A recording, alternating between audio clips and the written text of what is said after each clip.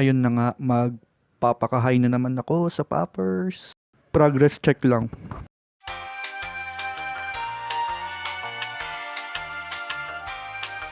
Na nga, bumili ako ng poppers ulit. So, pang 5 bote ko na to na 30 ml.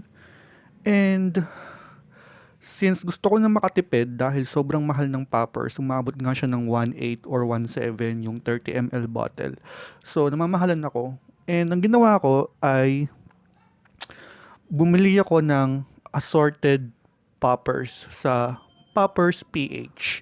Ito yung website na kung saan ay pinopost ng mga paborito nyong alter sa mga video nila or tinatag ng mga paborito nyong alter sa mga video nila. Ito si Poppers PH. Hindi ako bumili sa kanila sa Twitter pero bumili ako sa kanila sa website nila. And ang binili ko is yung assorted poppers. Yung assorted, ang ibig sabihin nun ay hindi ikaw yung mamimili nung brand ng poppers na gusto mo.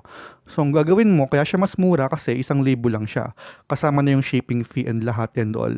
So, 1,000 pesos lang, 30 ml na. So, yung 1,000 pesos kasi usually, ano siya yung 10 ml lang, yung maliliit na bote, yun lang yung 1,000 pesos. O, ayun lang yung maaabot ng 1,000 pesos mo.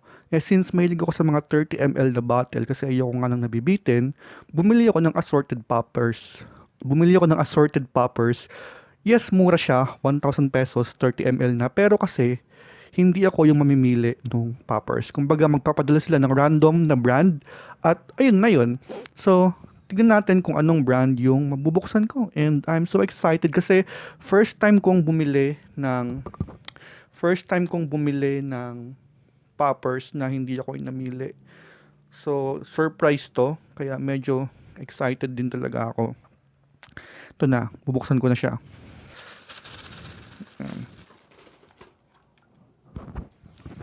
Okay, in fairness naman sa pagkakapackage nila, talagang sobrang sealed talaga siya. So, hindi ka mag-worry na baka matapon or mabasag yung bote habang nasa transit and habang nasa rider. And by the way, hindi to sponsor. Again, hindi nila ako binayaran or hindi nila ako sponsoran para mag-review ng product na to. Dahil gusto ko lang malaman kung ano nga bang poppers yung nakalagay sa mga assorted nila or anong mga brand yung available sa assorted nila. Ito na, bubuksan ko na siya.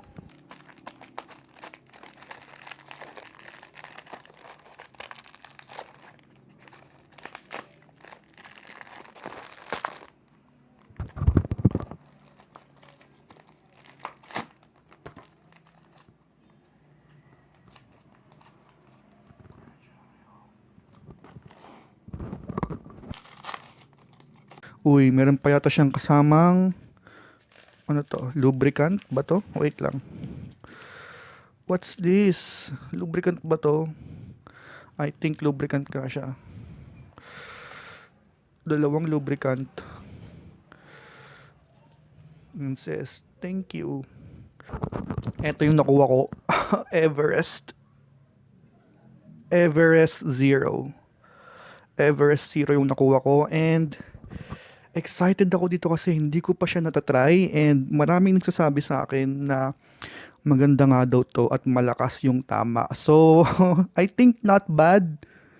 Pero kasi ang pinakasikat talaga na Everest brand is yung Everest Black or Everest Platinum, something like that. Ayun yung mas magandang quality ng Everest. Pero, hindi na ako magreklamo rito. Everest pa rin to. So, ayan o.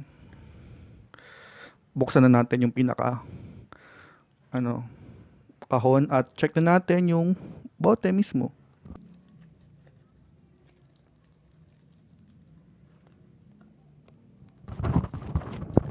Ang cute! My God!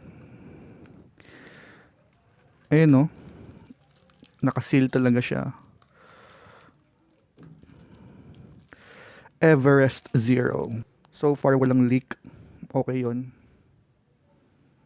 Wow! Ayun, I think mag-assorted na lang ako next time. Okay lang kahit hindi ako makapamili kasi yung element of surprises is maganda pa rin naman sa pakiramdam na magwa-wonder ka kung ano yung makukuha mo. So, I think mag-stick muna ako sa assorted hanggang sa ititigil ko lang ititigil ko lang bumili ng assorted if um, nagiging pare-pareho na yung na-order ko. So, so far, hanggat di pa siya pare-pareho, itatry ko lang bumili ng assorted at i-vlog ko siya, syempre.